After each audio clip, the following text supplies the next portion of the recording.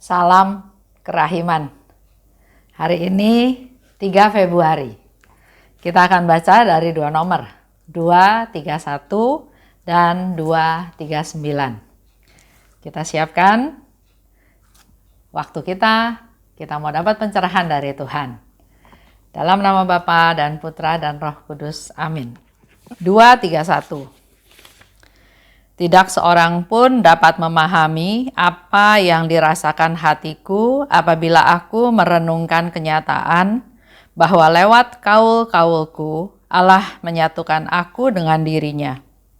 Allah menyadarkan aku juga sekarang akan cinta luar biasa yang sudah Ia miliki terhadapku sebelum adanya waktu.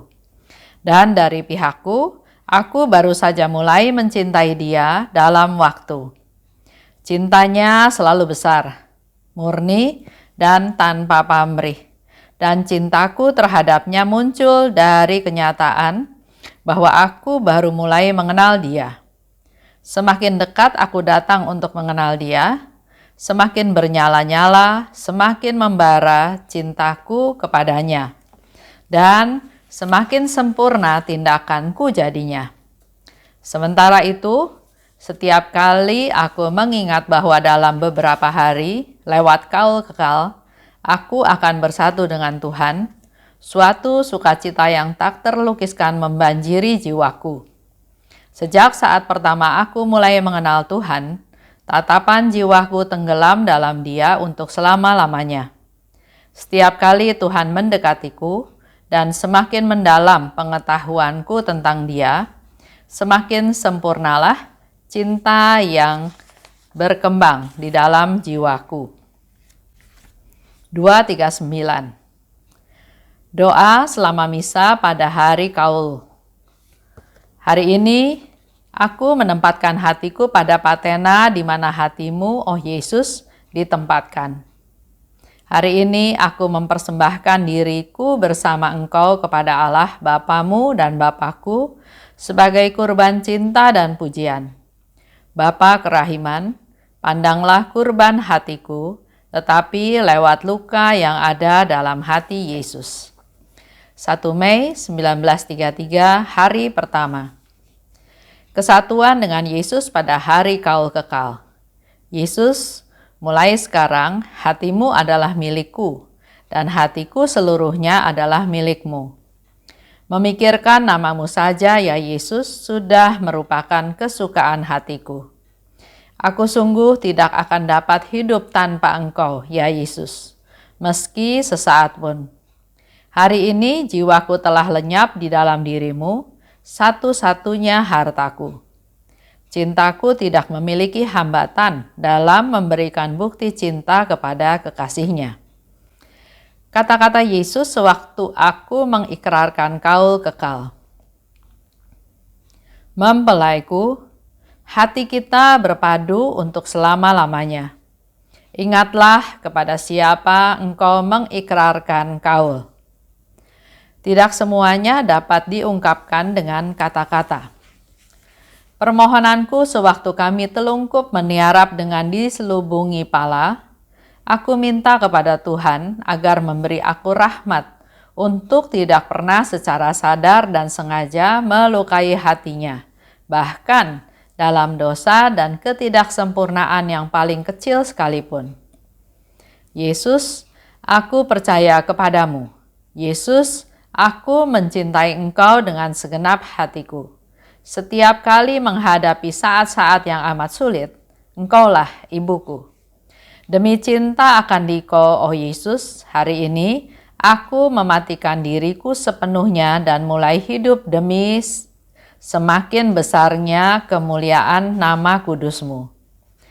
Cinta, demi cinta akan Dikau, oh Tritunggal yang Maha Kudus, aku mempersembahkan diriku kepadamu sebagai suatu kurban pujian, sebagai kurban penyerahan diri secara total.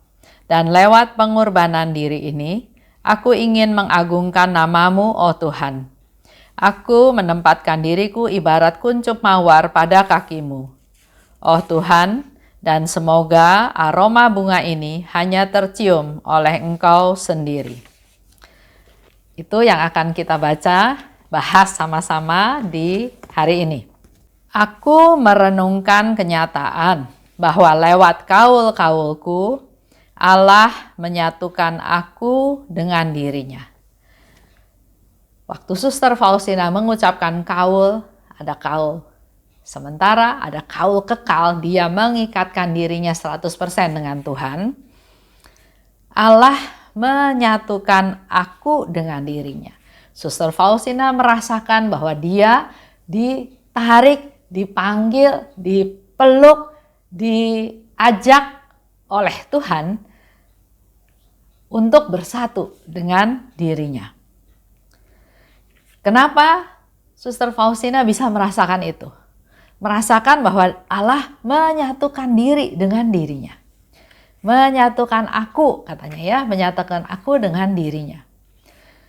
Menurut saya karena hidupnya Suster Faustina, tujuan hidupnya, seluruh prioritas fokus kehidupannya adalah bukan untuk diri dia sendiri, tapi untuk orang lain, untuk keselamatan jiwa-jiwa, untuk melaksanakan kehendak Tuhan, bukan untuk dirinya sendiri. Allah menyadarkan aku akan cinta yang luar biasa yang sudah Ia miliki terhadapku sebelum adanya waktu. Ini menjadikan satu kekuatan buat Suster Faustina bahwa dia merasakan bahwa sebelum dia lahir, Allah sudah punya cinta yang luar biasa kepada Suster Faustina. Sedangkan dari pihaknya Suster Faustina, aku baru saja mulai mencintai dia dalam waktu. Setelah tahu Yesus, setelah kenal, baru mulai mencintainya. Sedangkan Allah sudah jauh-jauh lebih awal, bahkan sebelum adanya waktu. Dikatakan lebih lanjut oleh Suster Faustina, cintanya Tuhan itu selalu besar, selalu murni, dan tanpa pamrih. Kita tahu ya, kita sering sebut kasih agape, kasih walaupun. Itulah kasihnya Tuhan. Kita pun dalam menggali rahmat ini, kita pun mau belajar untuk bisa punya kasih yang walaupun, kasih yang seperti Tuhan. Karena kita muridnya Tuhan, karena kita ingin menjadi rasulnya Tuhan untuk mewartakan kerahimannya Tuhan. Jadi kita harusnya juga punya kasih, bukan kasih yang biasa, tapi kasih yang walaupun. Semakin dekat aku datang untuk mengenal dia, semakin bernyala-nyala dan semakin membara cintaku padanya. Jadi ada langkah proaktif yang harus dilakukan oleh Suster Faustina. Begitu pula oleh kita semua. Semakin dekat aku datang, jadi kita yang melakukan langkah usaha. Apa yang harus kita lakukan, tindakan apa untuk kita datang, mendekati Tuhan, untuk kenal Tuhan yang bagaimana. Nah, semakin kita dekat dengan Tuhan, maka dikatakan oleh Suster Faustina, semakin bernyala dan semakin membara cintaku padanya. Karena semakin dekat, semakin kita tahu bahwa Allah itu sungguh luar biasa, maha kasih, maha murah, maha rahim. Jadi semakin dekat, semakin kenal dia, semakin kita membara untuk mencintai dia. Dan kalau sudah kita bisa lakukan itu, dikatakan oleh Suster Faustina, maka semakin sempurnalah tindakan-tindakan kita. Kita mungkin sering ya melakukan sesuatu, misalnya melakukan suatu perbuatan baik. Tuhan bilang berbuat baiklah dan kita melakukan perbuatan baik. Tapi yang terjadi, orang itu bukan berterima kasih, tapi dia merasa tersinggung. Merasa tidak mampu sehingga kita berbuat baik padanya. Merasa dihina, dilecehkan, dikecilkan. Kita nggak ada maksud seperti itu, tapi orang itu menerimanya seperti tersebut. Nah, dengan kita semakin dekat dengan Tuhan, semakin kenal Tuhan, semakin cinta kita membara terhadap Tuhan, maka dikatakan oleh Suster Faustina, semakin sempurna tindakanku. Jadi bukan hanya idenya adalah berbuat baik, tapi kita menjadi semakin bijaksana. Perbuatan baik ini kita evaluasi dulu, apakah dengan kita berbuat baik, kita melakukan sesuatu yang baik untuk orang itu.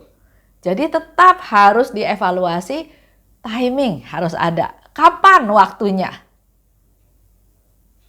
Saatnya, momennya, situasinya, keadaannya yang dia sedang hadapi juga. Jadi bukan hanya sekedar pokoknya Tuhan bilang saya harus berbuat baik, saya berbuat baik. Ya, tapi harus dilihat. Segalanya dilihat dengan lebih bijaksana sehingga dikatakan semakin sempurna tindakan-tindakan kita. Kalau tadi dikatakan, Suster Faustina katakan ya bahwa kasihnya Allah itu sudah begitu luar biasa kepada Suster Faustina sebelum adanya waktu. Sedangkan Suster Faustina mengasihi Tuhan baru mulai pada waktu dia kenal Tuhan dalam waktu. Saya nangkepnya adalah bahwa Tuhan itu begitu mengasihi Suster Faustina. Bahkan kalau kita ingat, di dalam keluarga Suster Faustina, anak pertama susah lahirnya, anak kedua susah juga sambil merenggut nyawa ibunya Suster Faustina. Tapi pada waktu lahir Suster Faustina, lahir yang ketiga, semuanya dilancarkan. Bahkan mamahnya bilang, Suster Faustina itu seperti membuka jalan rahim ibunya untuk melahirkan adik-adiknya yang kemudian sampai 10 orang. Tuhan buka jalan melalui kehadiran Suster Faustina di dunia. Ya, itu luar biasa kasihnya Tuhan. Buat kita semua, kembali lagi ke cerita tadi ya, buat kita semua, kita harus punya usaha. Maksudnya harus berusaha supaya bisa semakin dekat dengan Tuhan, datang pada Tuhan dengan membaca Alkitab, dengan sering berdoa, dengan melakukan jam kerahiman, dengan banyak hal ya yang kita bisa lakukan supaya kita menjadi semakin dekat dengan Tuhan dan juga otomatis semakin mengenal Tuhan. Lewat kaul kekal, aku bersatu dengan Tuhan. Suatu sukacita membanjiri jiwaku. Ada satu pengalaman istimewa di mana pada waktu dia mengucapkan kaul kekal kepada Tuhan, dia merasakan dia bersatu dengan Tuhan dan sukacita itu membanjiri dia. Bukan hanya sekedar sukacita tapi banjir ya, luar biasa, tidak terhitung. Setiap kali Tuhan mendekatiku, semakin mendalam pengetahuanku tentang Dia. Semakin sempurna cinta yang berkembang dalam diriku. Nah, ini juga sama. Kita semakin dekat dengan Tuhan untuk kenal Tuhan, tapi sebaliknya, semakin juga Tuhan mendekatiku, otomatis kita harus membuka diri. Semakin Tuhan dekat denganku, maka semakin dalam aku mengetahui. Pengetahuanku menjadi semakin dalam, menjadi semakin luas ya tentang Dia, dan semakin sempurna cintanya Tuhan berkembang dalam diriku.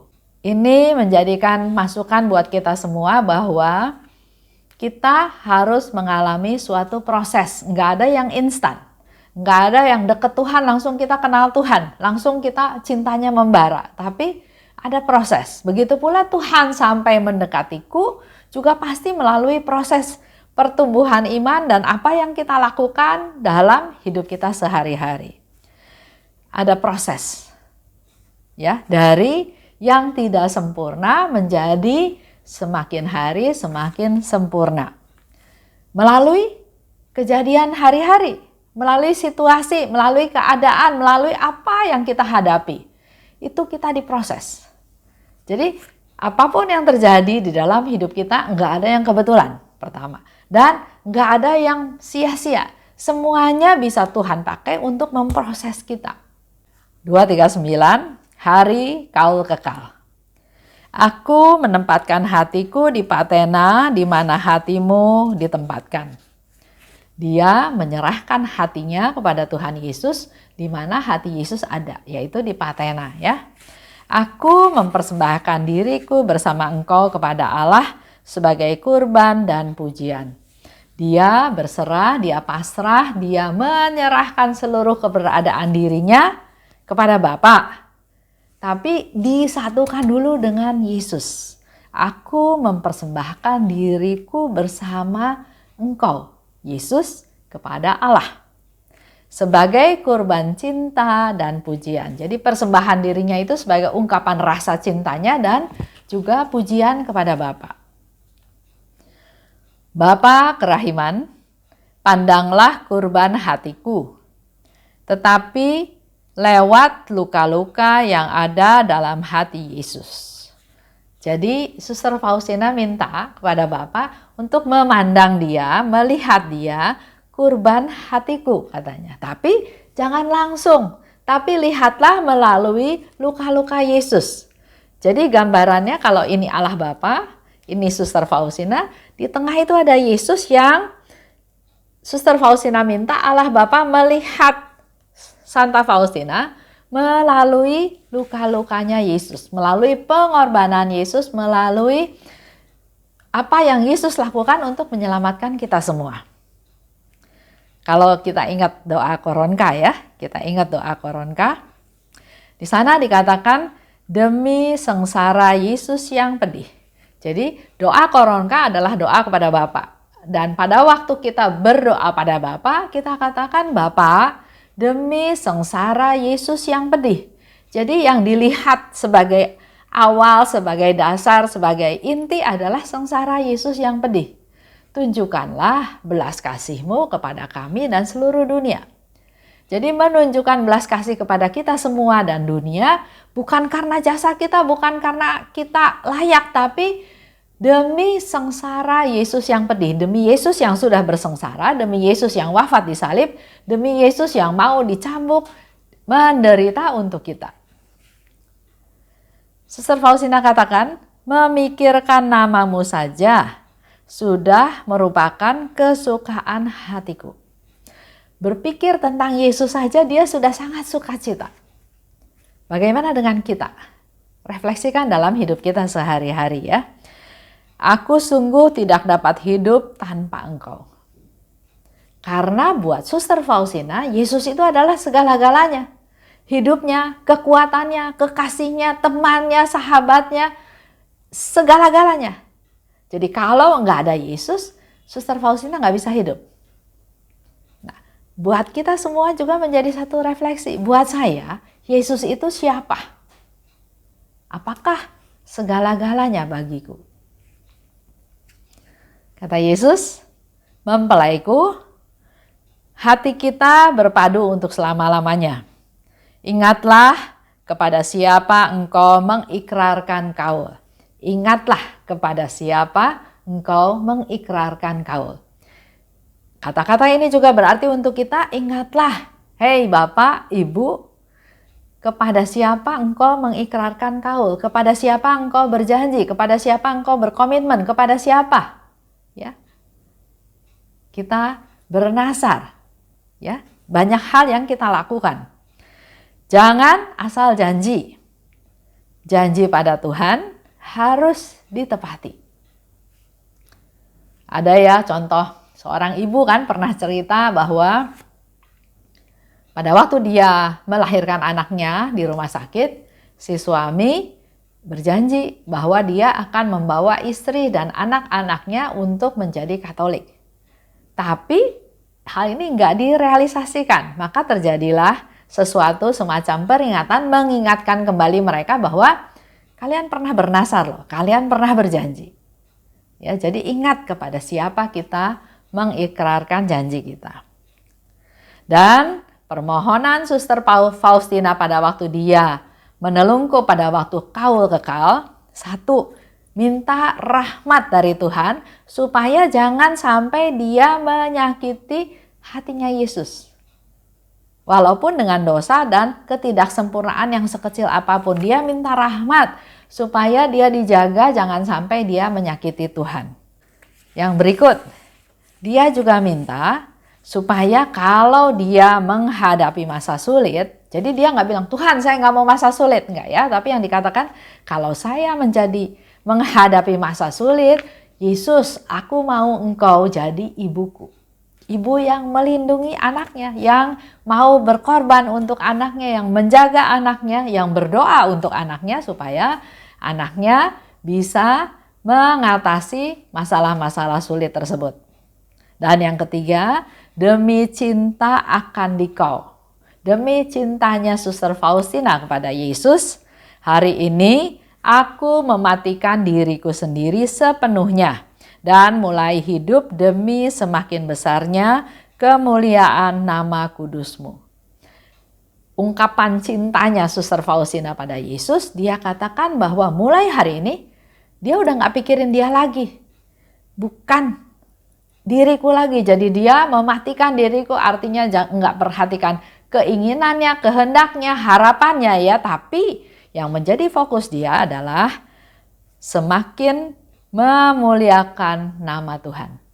Semakin memuliakan namanya yang kudus. Demi cintaku akan dikau, aku mempersembahkan diriku kepadamu sebagai kurban pujian dan penyerahan diri secara total.